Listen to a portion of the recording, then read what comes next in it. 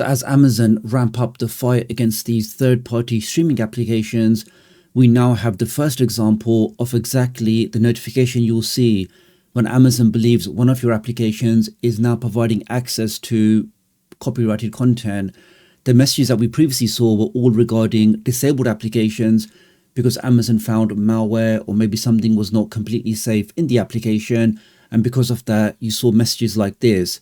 The difference we have now is, as we know, Amazon is working with ACE. And if ACE believes a certain application does provide access to copyrighted content, they will tell Amazon to now flag that to the user. And what you'll see on the screen when you try to launch one of these applications is this.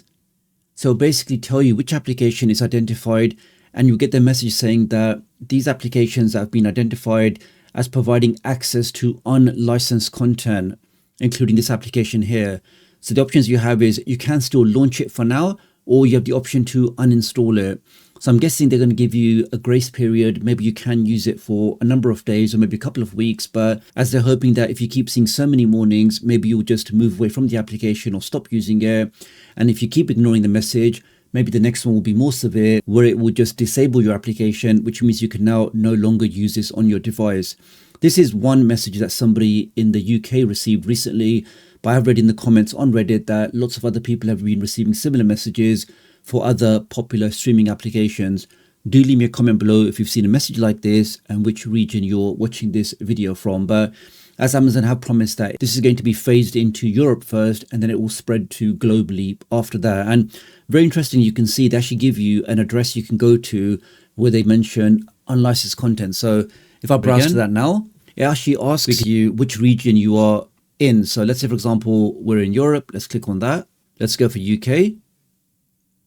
And we can now see a FAQ giving you information about this particular message. So why am I seeing this message on my device? And they respond that to protect the customers and content creators, Fire TV disables applications identified as providing access to unlicensed content. So they're making it pretty clear that this is why they're doing it. If they get informed by ACE, or if they identify themselves that these applications are providing that unlicensed content, they can quickly go and disable it for you. Now, interestingly enough, there's even a question here saying this is not a piracy app. Why is it disabled? Can I request a refund? So this is implying that if you do purchase an application from the Amazon App Store, and historically certain applications have slipped through the net where they do provide access to unlicensed content, but somehow they are still listed in the Amazon App Store. So again, if you purchase it from Amazon and later on they decide to disable it, the question then arises that can I now get a refund from the app I purchased from the Amazon App Store? And they're saying, unfortunately, for app related refunds, please contact the developer. So good luck with that. Then the question is, can you get an exception? They're saying we can't make an exception. This is a very popular question because people always ask that even if Amazon blocked this application on my device, I'm just going to install it on my phone and cast that over to my Firestick. Can they block that?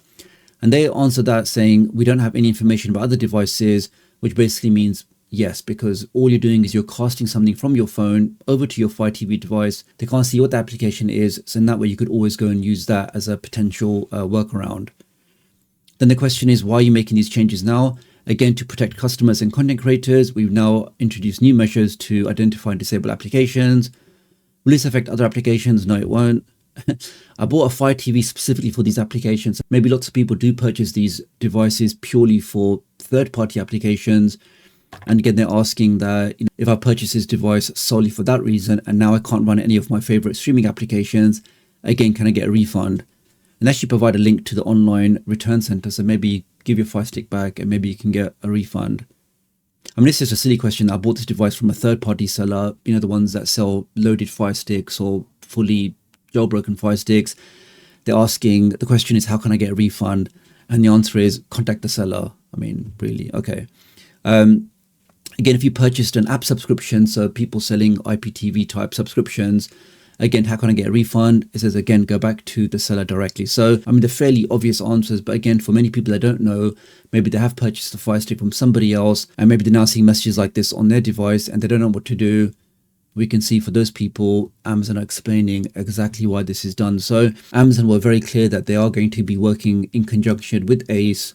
ACE is the authority in this. Any application, any website, any service that ACE deem provide access to unlicensed content, they'll quickly tell Amazon. Amazon would then firstly show warnings like this. then ultimately just disable the application. So an interesting thing we know is it is going to be a phased approach, because I'm based in the UK, and just for testing purposes, I did install the exact same application as you can see here. But on my device, I can click on it, I can open it, it does show all of the content in here.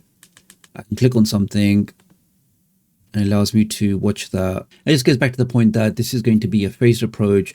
Some of you may see this message first, others may get away with it for much longer.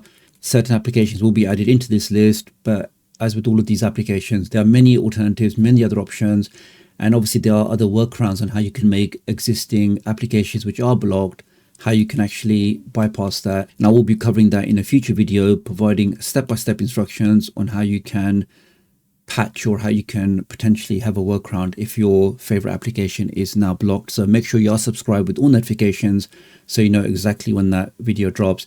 And lastly, everybody should be using a VPN when doing anything on your streaming device.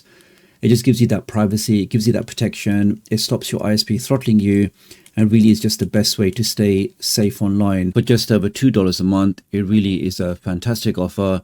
Using my link does help support the channel, so many thanks for doing that. And again, at this price point, it's definitely worthwhile checking out. So really appreciate your support. Do like and share this video, and I'll hopefully catch up with you guys real soon. Thanks.